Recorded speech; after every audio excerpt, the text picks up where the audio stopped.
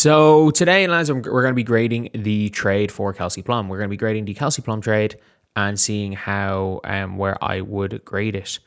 And this obviously was a big trade. I don't think any single person thought she was going to go to Phoenix. And the Phoenix Mercury are in a really bad spot. But we're going to grade it for both teams, and we're also going to grade it for the Golden State Valkyries, given what the asking price was. So the Valkyries and the Atlanta Dream were both looking for.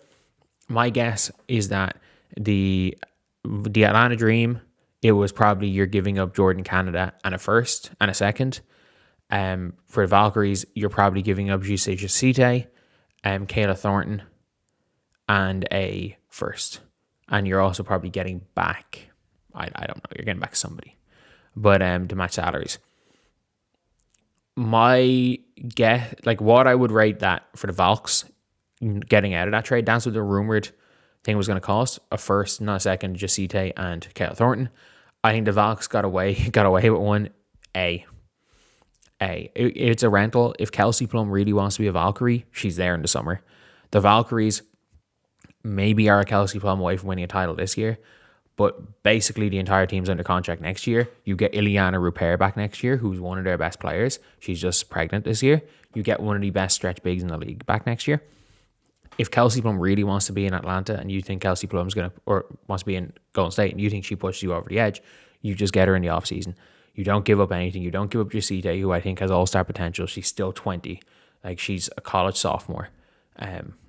She's younger than Malonga. People don't realize how young she is. So, yeah, like, you are in a great spot if you're the Valks. So, I think all around, you're happy you didn't make that trade. If you're the Atlanta Dream, which I think it would be probably Canada and a first and a second, I'm going to give this a C. I think the Atlanta Dream would be better with Kelsey Plum and Jordan Canada in the playoffs. I think they would be. This is looking like it is the 1 year of this Atlanta Dream team, this Atlanta Dream experiment, because it's looking like Angel's going to make an all WNBA second team. She's probably making the second team. So if she makes a second team, she triggers the epic extension, and her contract goes from a projected $400K to minimum $1.2 million next year. And the Atlanta Dream are already at the very edge of salary cap, and they basically have Angel, the other four starters, and Naz Hillman, and everyone else on a minimum. So they're going to have to trade a Naz Hillman, a Jordan Canada, and probably won't even be Jordan Canada. They're going to have to trade a Naz Hillman. They're going to have to trade a Bree Jones. I don't think they're going to trade one of the two wings, but one of those two is gone next year. One of those two is traded. So if you could have managed to make this trade for a Naz Hillman, maybe, I'd do it in a heartbeat, because you're getting an offer anyway. Your team gets better this year. Either way, I do feel like there's a lot of point guards you can get at a comparable level to Jordan Canada for $600K next year. And you can come into the offseason and look, if you're dead set on, look, we're trying to get this defensive guard, you can call up Indiana. You can call up Indiana and go, give us Raven and a future second, and we'll give you Ocon. And you can just then go and keep Sika Kone on a reserve contract for 1 more year. I feel like there's a lot of ways the Atlanta Dream could have pulled this off and been a better team. So I'm going to give the Atlanta Dream a C in this scenario, for being involved in this, because they were not one of the teams. The Liberty were never really involved. There's no way that LA want us to. But anyway, we are going to talk about the two teams actually involved now. The LA Sparks. I'm going to give the LA Sparks an A, bordering on A+. Given the circumstances of Kelsey Plum, given the fact that you have a 0% chance of making the playoffs, she is a short-term rental, and she is currently injured. And if you did not trade her today, she was leaving. You have 8 hours to trade her. If she was not 12 hours to trade her. And if she's leaving for free, if she doesn't leave in those 12 hours. You got an A. What you got?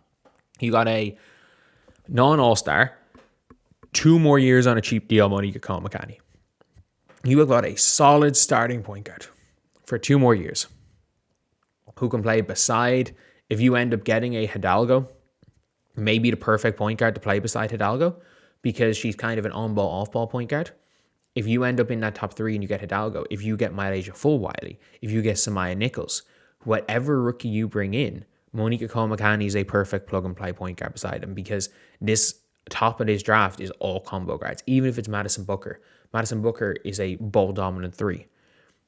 Okay, they're all combo guards, and you have a on-ball, off-ball point, which are hard to find, who can shoot. So, perfect player. She's worth a first. Maybe not a lottery first in 2027, but she's worth a first. And you have not only doubled your chances of getting Juju, you've also doubled your chances of just jumping up, period, in the draft. This isn't really a one-person draft. You've probably got 2 top 7 picks. And with that, what do you come into next year? You go and you get Clara Strack. You get Strack. You pick up Samaya Nichols, Mylasia Full-Wiley, even if it goes at 7-8. But if you end up jumping to top 3, with either of those picks, it gives you double chance to jump to 1 to get a Juju Watkins. And you're getting, again, another shot at a really good rookie. And a 2028 second rounder, I don't see much in that. But second round picks are gold dust. They are gold dust. If the Phoenix Mercury are terrible and that's pick 16, you're then suddenly looking, it's like, oh shit, that's pick 16. That might be like a top, like they're on a 4-year minimum deal and you can get someone good at pick 16. So like it's for me, it's an A. It starts to rebuild. My guess is in the offseason, NECA's going to walk and they're going to start to maybe retire. And then they're going to start to look at moving Hamby and Ariel Atkins. And as long as you don't have to give up a pick to get rid of one of them, you're in a good shape. Look, I think you can give the overall experience Kelsey Plum trade for them an F. But you sometimes just have to get off bad trades. And the fact that they had 12 hours to trade her, otherwise she walks with nothing, and you get the equivalent of 2 first rounders and a second rounder, and you now have 2 chances of getting Juju Watkins in this year's draft. It's huge. It's huge. And you're also going to be worse this year, which will help your 2-year odds for getting Sarah Strong. Great trade. Now the Phoenix Mercury. I'm going to give the Phoenix Mercury an F. F. They pretty much have to go 14-0 to make the playoffs this year. Kelsey Plum, to stay in Phoenix, is going to have to take another pay cut. Why would she take another pay cut? To be a number 3. If Kelsey Plum wants to be a number 3, there are teams that will pay her on a 2 years, 2/3 of a max to be a number 3. There are teams that will pay her more money than the Phoenix Mercury can offer to be a number 3 that are going to be better than the Phoenix Mercury, and not in Arizona. The Mercury gave up Monica Cole-McCanny, who is, again, a plug-and-play player on a bargain deal for 2 more years. They had her reserve rights on a bargain deal for 2 more years. She's gone.